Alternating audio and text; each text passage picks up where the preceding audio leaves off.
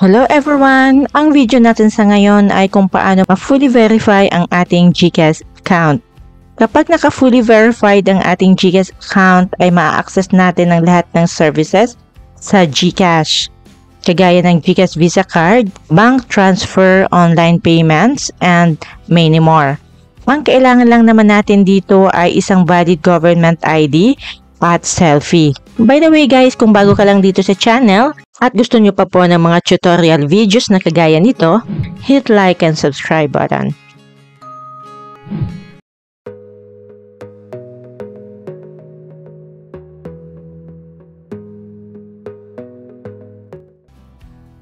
Okay, first step is open your GCash application and log in using your 4-digit MPIN. Then, kapag nandito na po kayo sa homepage ni GCash, click nyo po itong Verify Now. Or pwede po kayong pumunta dito sa Profile and then click nyo po itong Verify Now. At lalabas dito yung mga steps or guidelines na gagawin natin to get verified. Kailangan ay clear photo and original of valid ID. Walang suot na cap, face mask, and sunglasses kapag magsi-selfie po tayo. And your information na nilagay ay dapat match sa inyong ID. Okay, then click Verify Now. Then, ikumpleto ang mga information na hinihingi sa inyo. Ang inyong birthday, set the year, month, and day.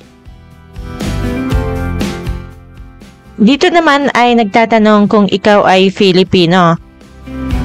Select yes or no. At i-click na tong box na ikaw ay sumasang-ayon sa kanilang terms and conditions. Then, click next. Okay, then piliin nyo yung ID na gagamitin nyo. Ito po yung only IDs na tinatanggap nila. Yung National ID, ePIL ID. Pwede po paper type or digital national ID. Ito pong digital national ID, ito po yung digital version ng national ID nyo na accessible through cellphone or computers gamit ang internet.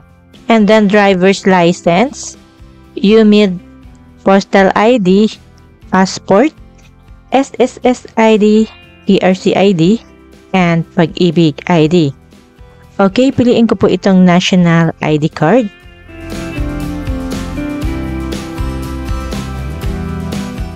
And make sure na i-follow po natin itong mga tips. Ang inyong ID ay dapat malinaw at nababasa at match ang ID photo sa selfie mo.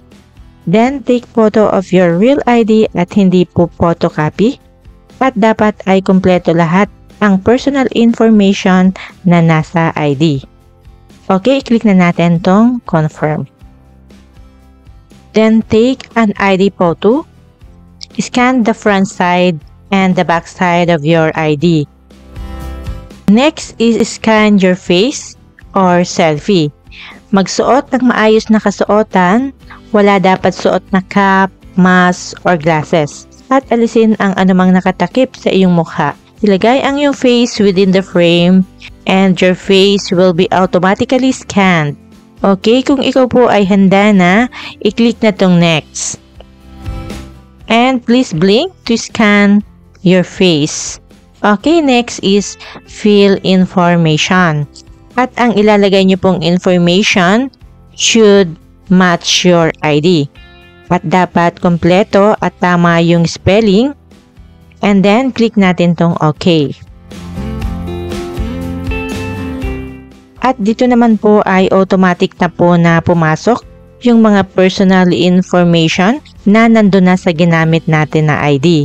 So, ang gagawin po natin dito ay i-fill out natin yung mga wala pa, such as address, work details, source of funds, at iba pa pong hinihingi nilang mga detalye.